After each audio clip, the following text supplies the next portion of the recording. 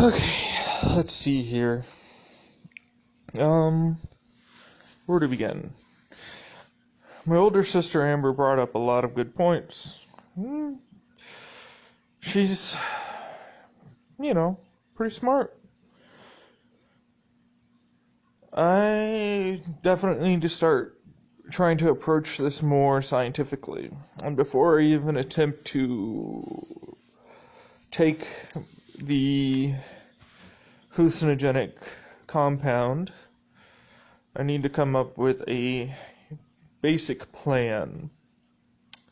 At least for the beginning. I can rough it out more later, because it's kind of like the plan kind of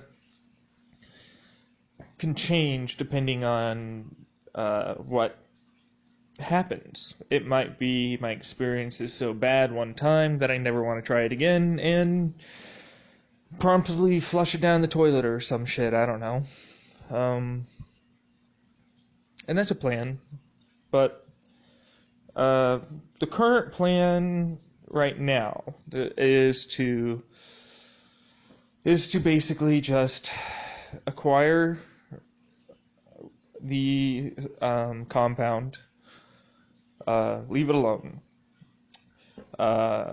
write down a basic list of the stuff that I would like to do and try, and come up with a slightly longer term plan if the psychedelic treatment is to go forward.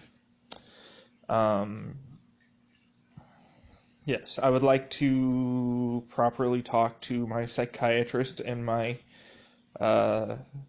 counselor about how things are going to go. Because I'm going to let them know this is what I'm going to try. I have let them know this. They're dubious in terms of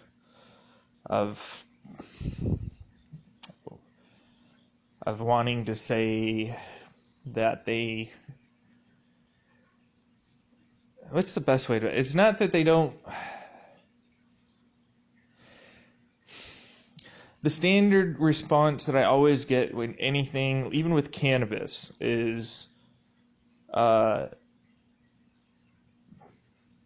not for you, or something like that. Something similar to that effect. Not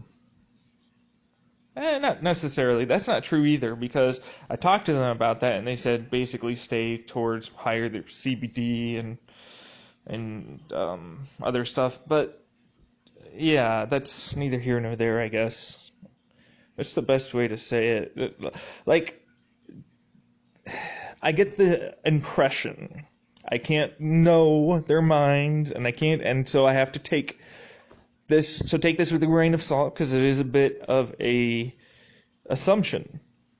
But it feels a lot like they don't want to say that it's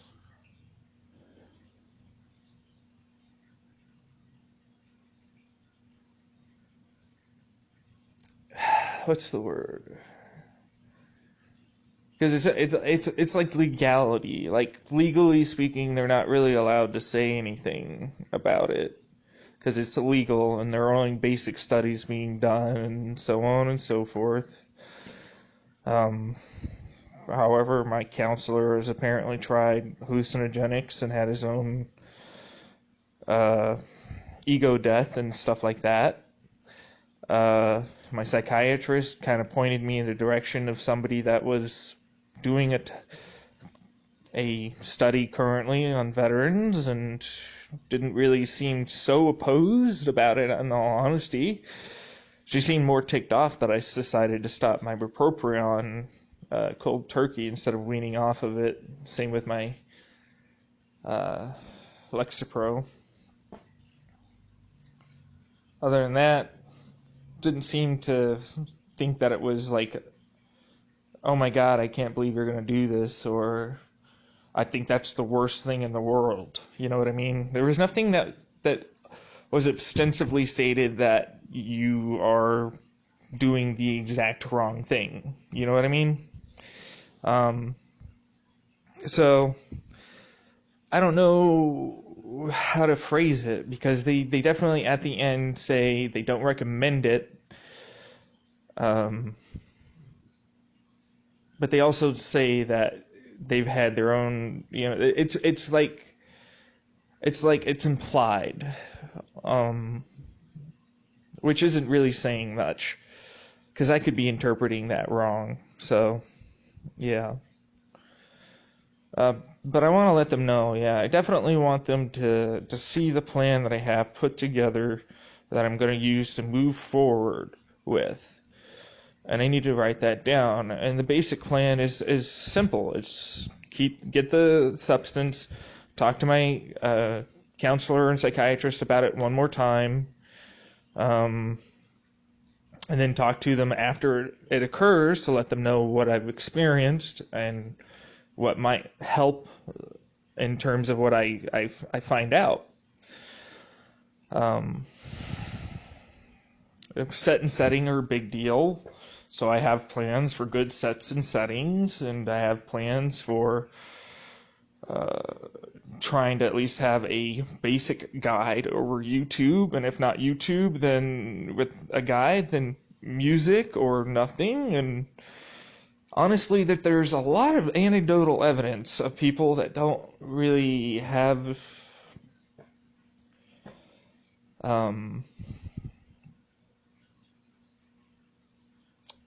like the freakouts that people you see on TV, like start going after people, and it seems to be more heavily sedative in terms of hallucinogenic.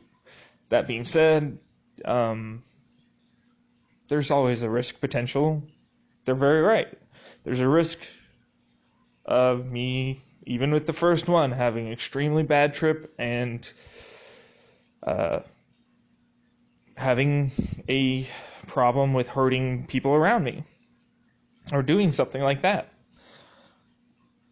The way I'm going to mitigate this risk is appropriately taking small dosages, or not dosage, multiple, but one small dosage at what is known to be effective at the lowest end, if that makes sense. Like the lowest effective dose I can get to still have the results. That's what my goal is. It's not to go big or go home, and nor is it to get high and have fun. I don't want to have fun. When they say, oh, you have the risk for a bad trip, I know this sounds weird, but I want a bad trip. I want to go back to being that anxious, that depressed, that I want to feel those emotions. I want to address them and tackle them head on. And the way my body currently does that is not the best. I have a lot of conversion disorder or something else that's going on, I think. I don't know. It's possible that they're both linked together in terms of like there is an actual issue, but it's not so bad, but then the psychological problems increase the issues. But I would digress. I'm going on a tangent. So, plan is talk to them again once I get the substance, let them know date that it's occurring, let them know dosage that's going to happen, let them know set and setting, and basically have a good plan for the time that I'm going to be going through this trip.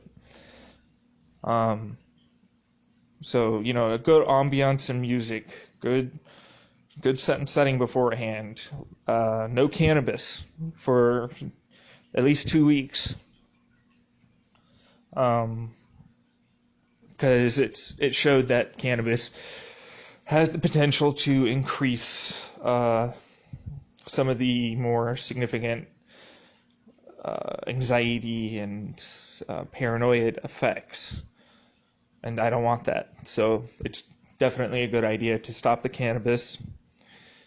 I'm not going to be having caffeine that day. Like, I want as little interactions as possible. I'm going to be as clean and as direct in terms of how I do this. You know what I mean? Proper dosage, very little, if any, drug interactions. I don't know about some of my supplements. Some of them might interact with them, but there's very little sadly, there's not a study for every single supplement and how. I mean, that's not even supplements.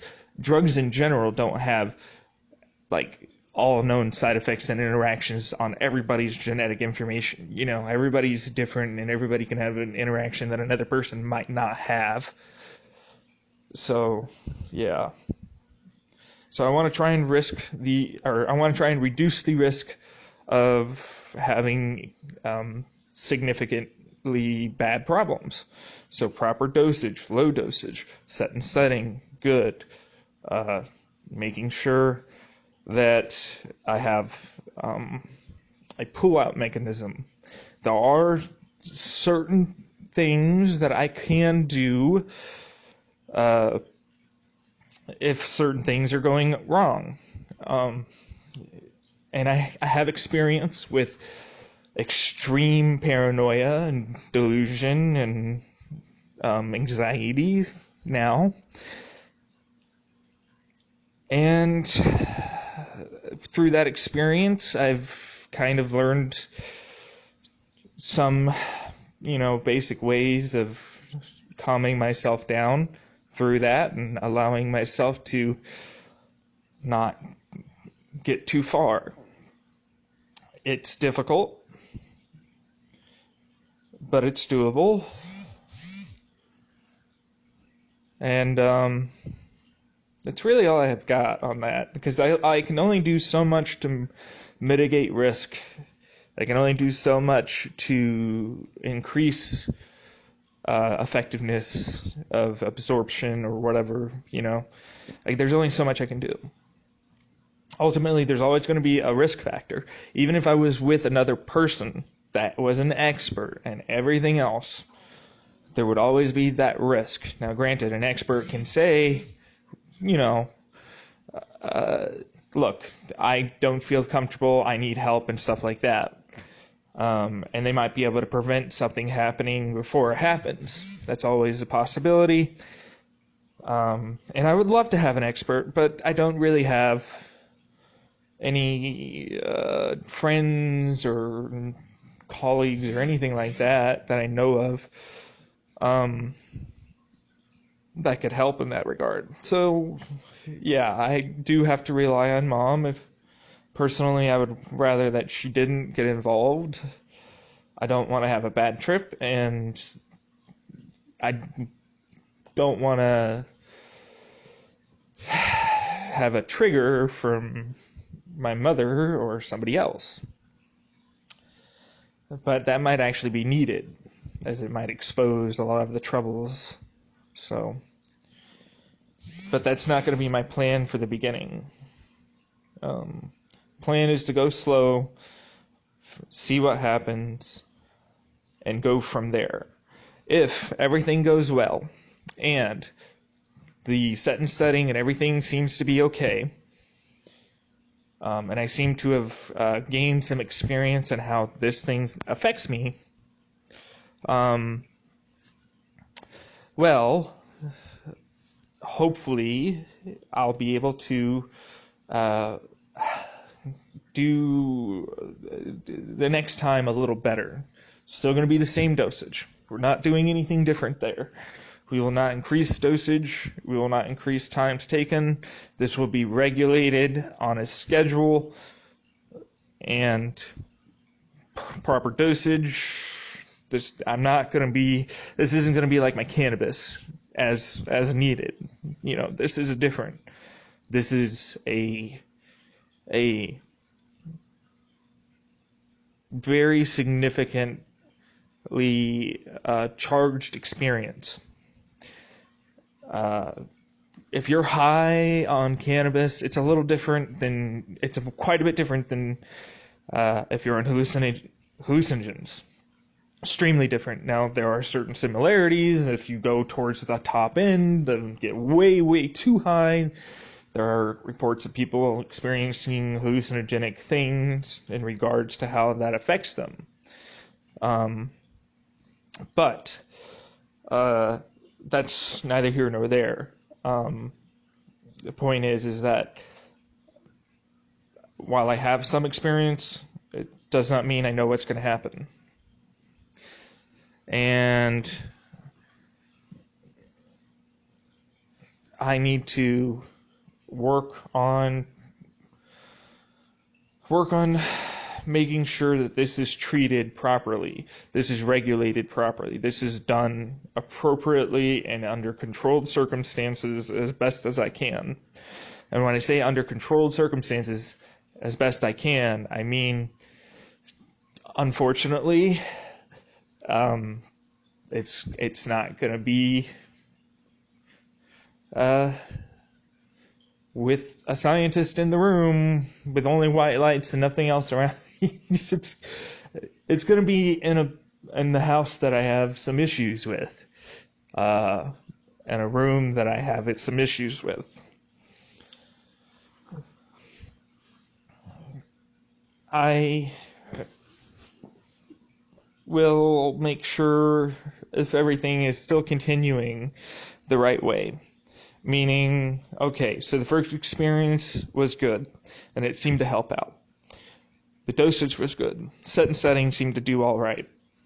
And I've talked to my therapist and counselor, and we've gone through the implications of what I've learned and everything else, and how to more easily tackle some of the things that I need to do to cope, not just manage, but cope and thrive to succeed. And if I'm able to keep that going and and then the next experience is whether good or bad, but still something that I can draw from, and continue forward and moving in a positive direction, then I will continue it. If I do not believe it is good or worthwhile, then I think it's time for something much different. I've gone through a lot of different therapies. It's time to go back through some of them and see which ones may or may not help again. I know cognitive behavioral therapy has been the one that I've been with the majority of my life, but I might need a longer time with some EMDR and some other stuff. Diametric, I always forget what it's called. It's dia something, basically meaning 2 points of view for therapy. And it's meant to help in terms of like how you view your emotions and stuff like that and things like that. I'm still going to be going through therapy, so I'm going to be doing cognitive behavioral therapy. I don't know if I'll do EMDR with my counselor. It might be something that I look into after the psychedelic experience. The reason why I did not try it recently is most just because I can't seem to drop out of myself. You're supposed to be able to talk about your experiences or remember what you remember and how you feel, but those are very blocked for me. And they only seem to pop up when I'm left alone by myself for long periods of time. They get remembered. So I need to work on that too. Yeah. The basic plan is as follows. Substance, talk to mental health professionals, set up as best I can, go through experience, write down experience, and try and remember experience best I can. Go through and talk to mental health professionals again about experience and everything else. leave it alone, continue working on physical therapy and coping mechanisms and behavioral changes. And then if everything goes right after the correct amount of time, the second experience and dosage should occur. And again, it's follow up with mental health professionals and proceed to continue with behavioral treatment and coping mechanism, behavioral therapy. I might start introducing EMDR should things start to go that way and start opening up more. I will need less hallucinogenics to be able to achieve a very similar result. It might take longer, but I think that it could. I just need to open the door to be able to start having it work. Anybody home? Hey, Dad's asleep. walking the little one. From where? He hasn't got back from walking the little one. Yeah, he did. Oh, he's right there. Where's Dad then? Where are your clothes? In my room. I just got done recording my plan. Okay. Oh, it's still recording.